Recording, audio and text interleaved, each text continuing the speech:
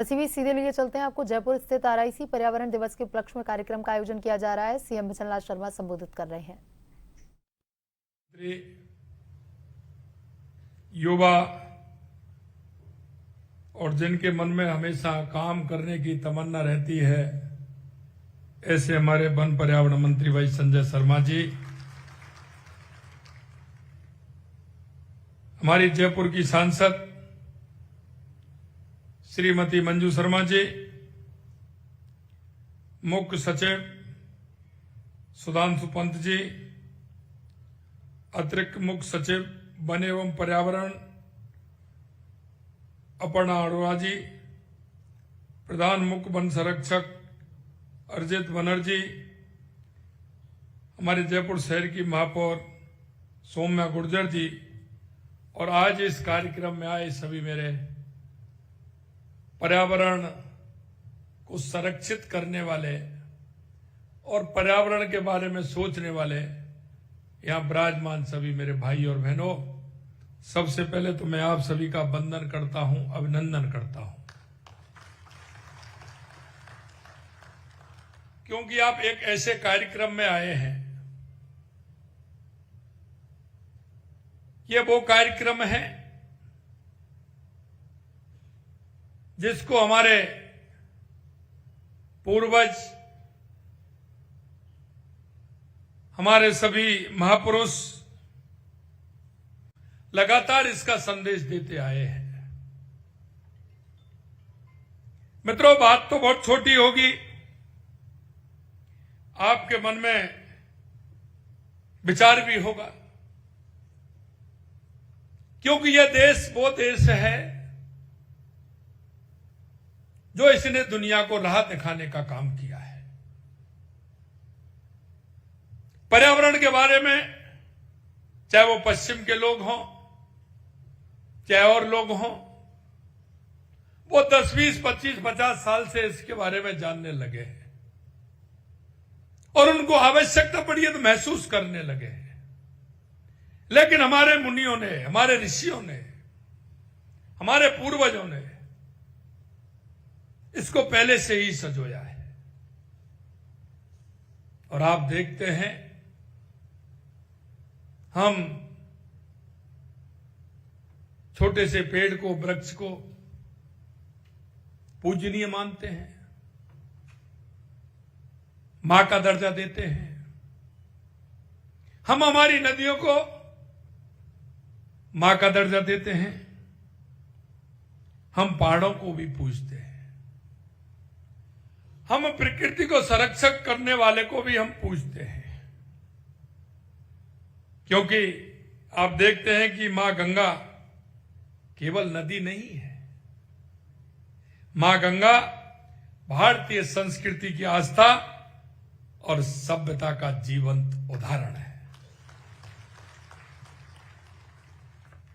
भारतीय संस्कृति में नदियों को माता का दर्जा दिया गया है, क्योंकि ये नदियां हमारी जीवन रेखा है। मां गंगा, मां यमुना, मां सरस्वती, मां नर्मदा, मां गोदावरी जैसी पवित्र नदियां ना केवल हमारे खेतों को सींचती हैं, बल्कि हमारी आत्मा को भी पवित्र करती हैं। और इसलिए इस प्रकृति का संरक्षण करना हम सभी का दायित्व है। कभी कभी मैं कहता हूं कि हमारी प्रकृति में जो भी वन्य जीव हैं,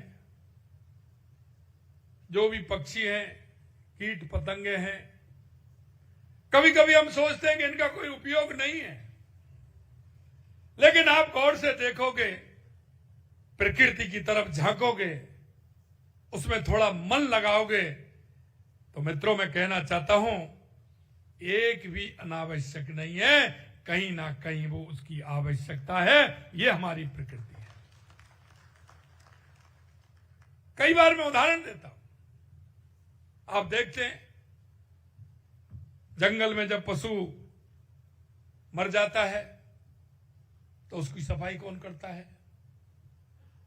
कभी आपके मन में बात आई होगी कि जब तक उसकी सफाई, क्योंकि किसी भी तरह की उसका प्रदूषण किसी और पशु पक्षी पर नहीं लगे, तो उसके लिए साफ करने के लिए हम देखते हैं हमारे चील और गिद्ध वो आते हैं और 2 दिन में और 3 दिन में उसको साफ करके चले जाते हैं।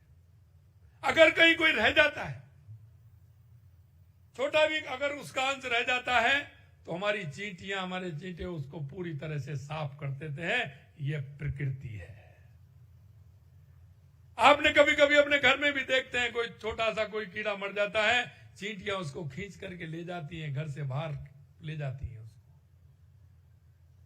यही नहीं, हमारे शास्त्रों में कहा गया है, नदियां विश्व की माता हैं जो हमें जीवन, समृद्धि और संस्कृति प्रदान करती हैं।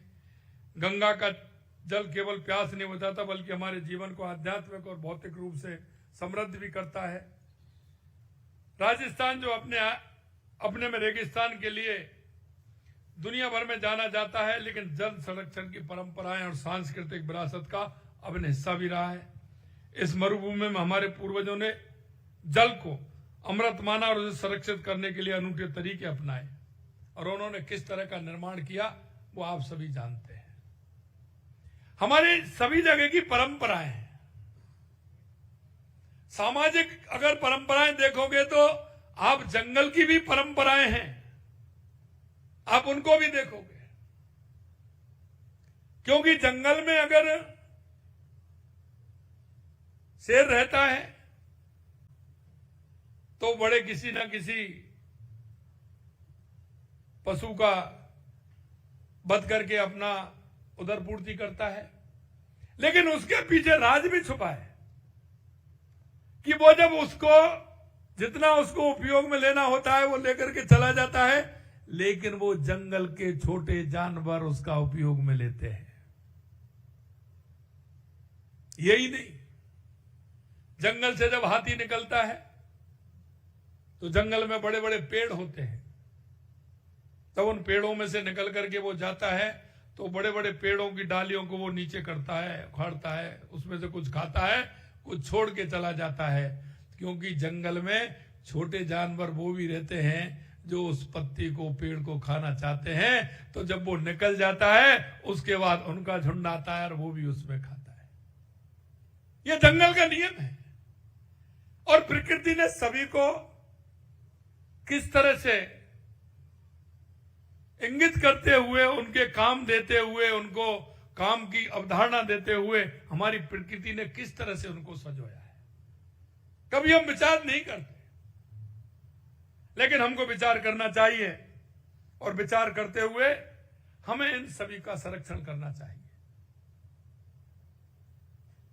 हमारे सीएस साहब कह रहे थे कि एसी चलता है, मैं तो कई घरों में आप भी जाकर के देख लेना, बच्चों का एसी 18 और 19 पर चलेगा और कंबल ओढ़ रखा होगा।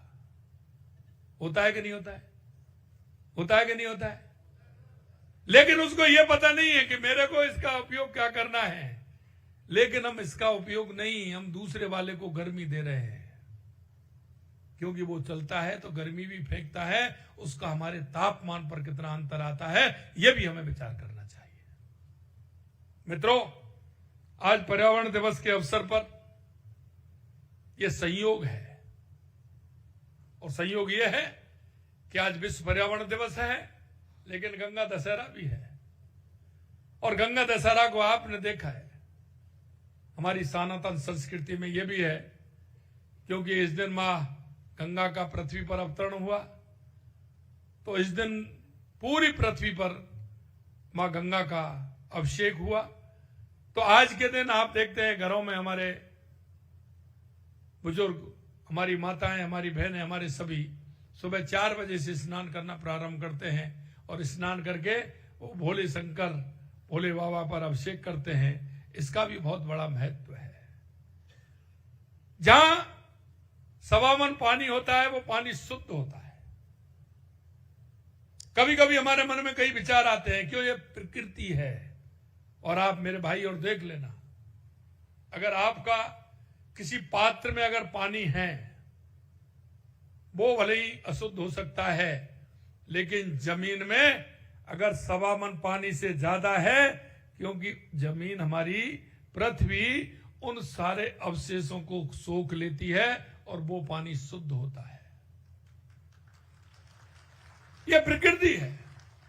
कभी कभी हम देखते हैं कि प्रकृति में कोई बड़ा गड्ढा हो जाता है, लेकिन आप देखते हैं 5 साल 8 साल 10 साल में वो बराबर हो जाता है। आप कभी देखते हैं कि यहां तो बड़ा तालाब था, गड्ढा था, कैसे बराबर हो गया। यह प्रकृति का नियम है, हमें इसको संरक्षण करना चाहिए।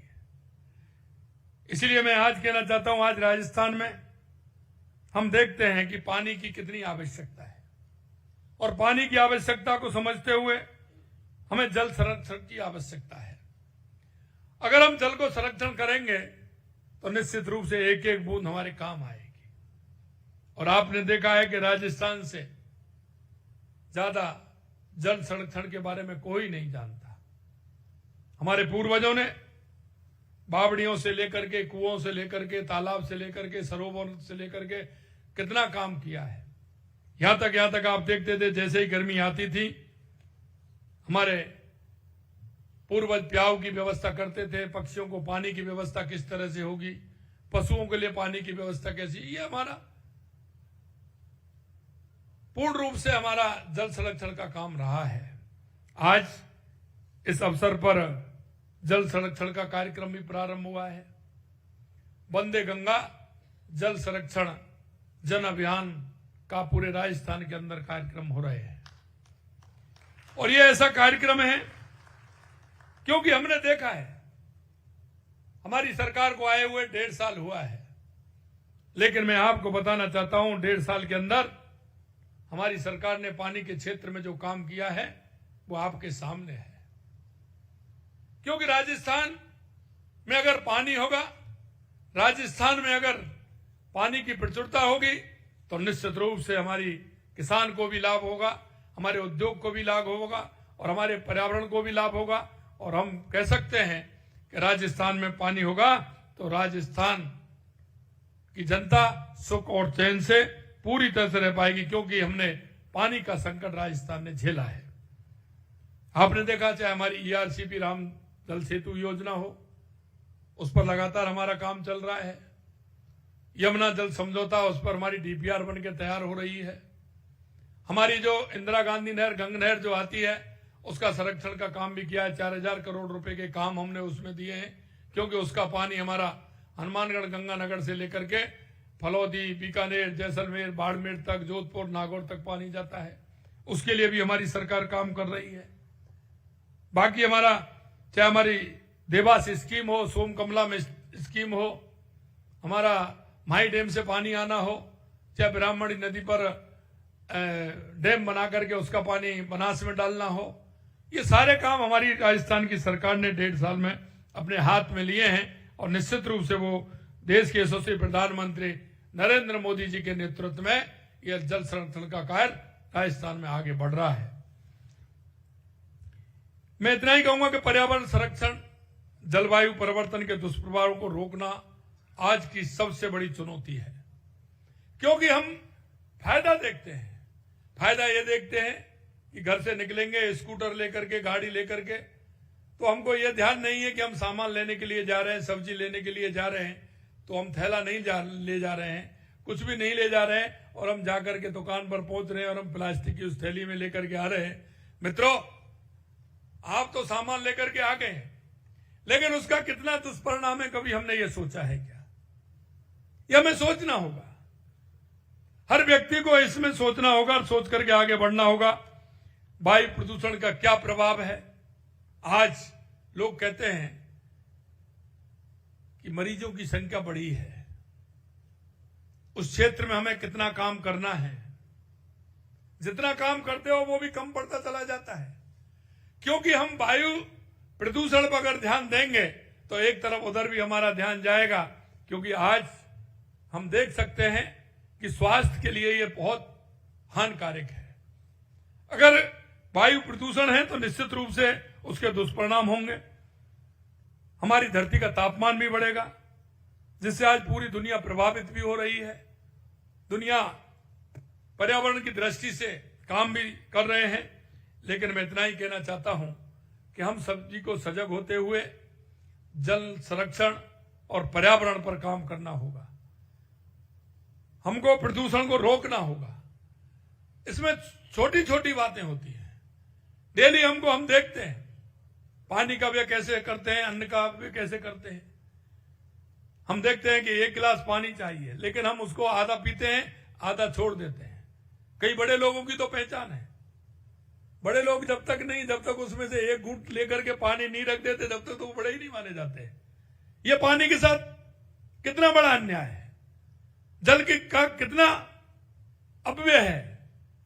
लेकिन मैं कहना चाहता हूं कि अगर आपको नहीं है तो वो बड़ा काम होगा कि हम जब पानी लेने कोई आए, पानी पिलाने के लिए आए, तो उससे कहे आधा गिलास लाइए और आधे गिलास को पूरा पिए, तो हम जल संरक्षण का काम करेंगे।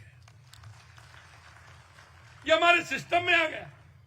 मैं कभी कभी देखता हूं पानी लेकर के आते हैं, पानी, अरे भाई प्यास नहीं है तो हम मना कर सकते हैं कि मेरे को आधा चाहिए, क्यों उसका व्यय करते हैं। दूसरा, आप देखते हैं शादी ब्याहों में आप जाते हैं, मैं उस संस्था को धन्यवाद देना चाहता हूं, मैं नाम स्लिप हो रहा है, वो संस्था इसके क्षेत्र में काम कर रही है। हम शादी ब्याह में जाते हैं, किसी कार्यक्रम में जाते हैं, जाते ही हम खाना खाते, प्लेट लेते हैं और प्लेट को इतना भर लेते हैं, सामने वाला भी देख करके ताजुब होगा कि भाई इतना लेता है, क्या चक्कर है ये। देखता है कि नहीं देखता है, आप देखते हैं कि नहीं देखते सामने वाले को। लेकिन वो संस्था को मैं धन्यवाद देना चाहता हूं।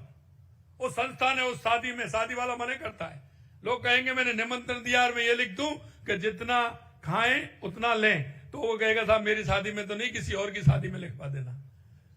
लेकिन मैं संस्था को धन्यवाद देता हूं, वो संस्था जाती है और सभी जगह लगती है और वो कहती है कि जितना खाएं प्लेट में उतना लें।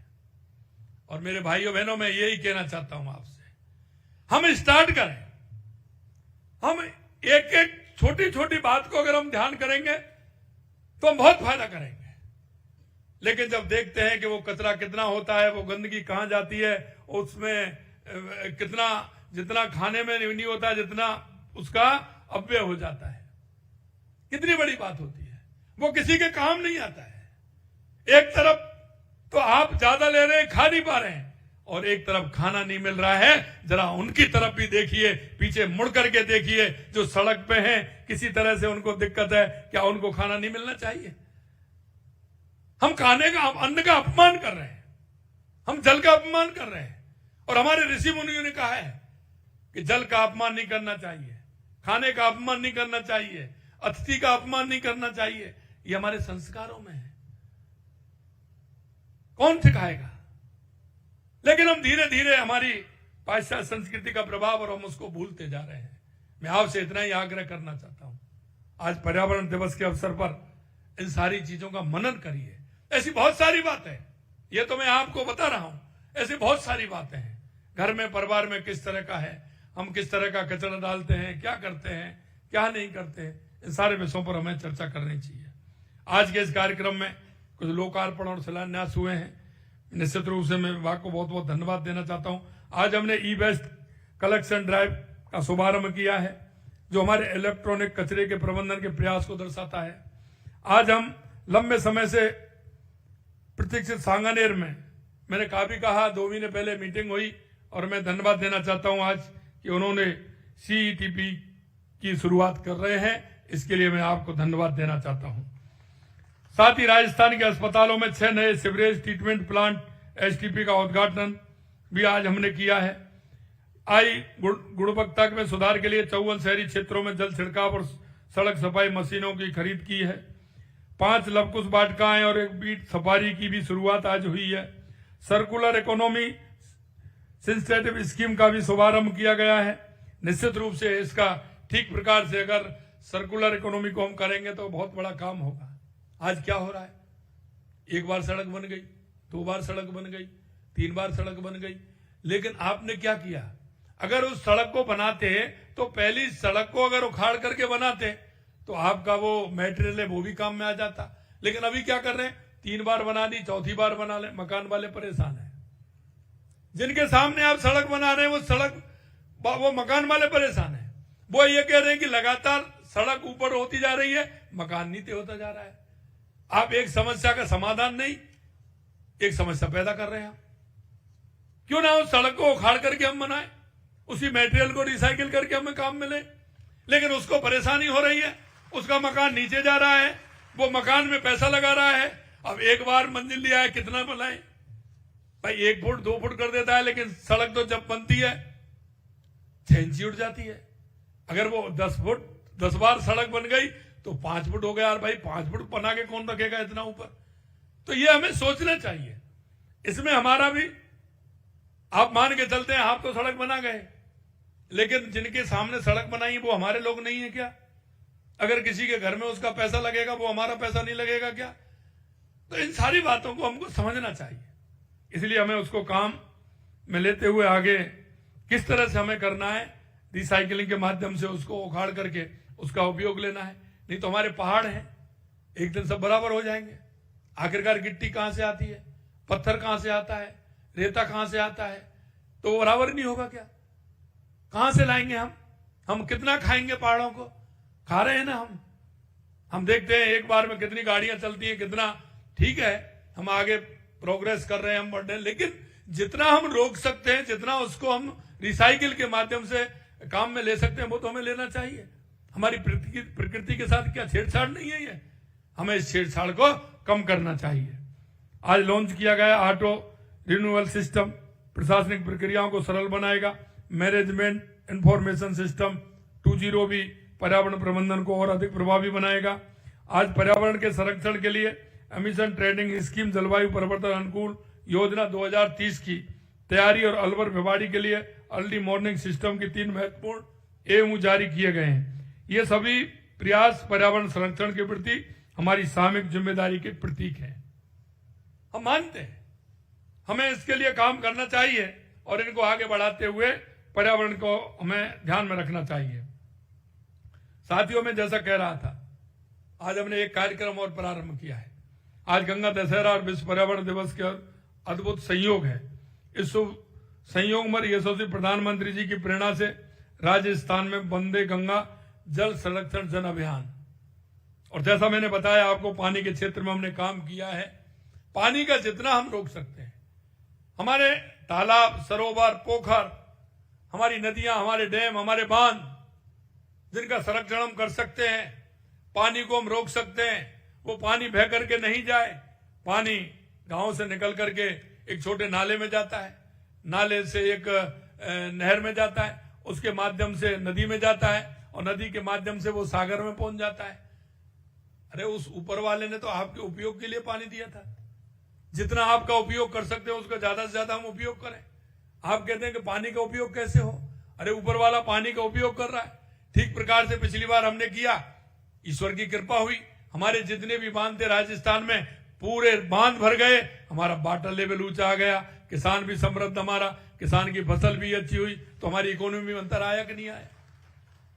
मैं आपसे इतना ही कहना चाहता हूं कि हमें जल संरक्षण के काम में भी हमने हाथ बटाना चाहिए और हमारे परंपरागत जलाशयों को स्वरूप को पुनः बहाल करते हुए पर्यावरण एवं जल संरक्षण की जागरूकता को, गतिविधियों को हमें जोड़ना चाहिए।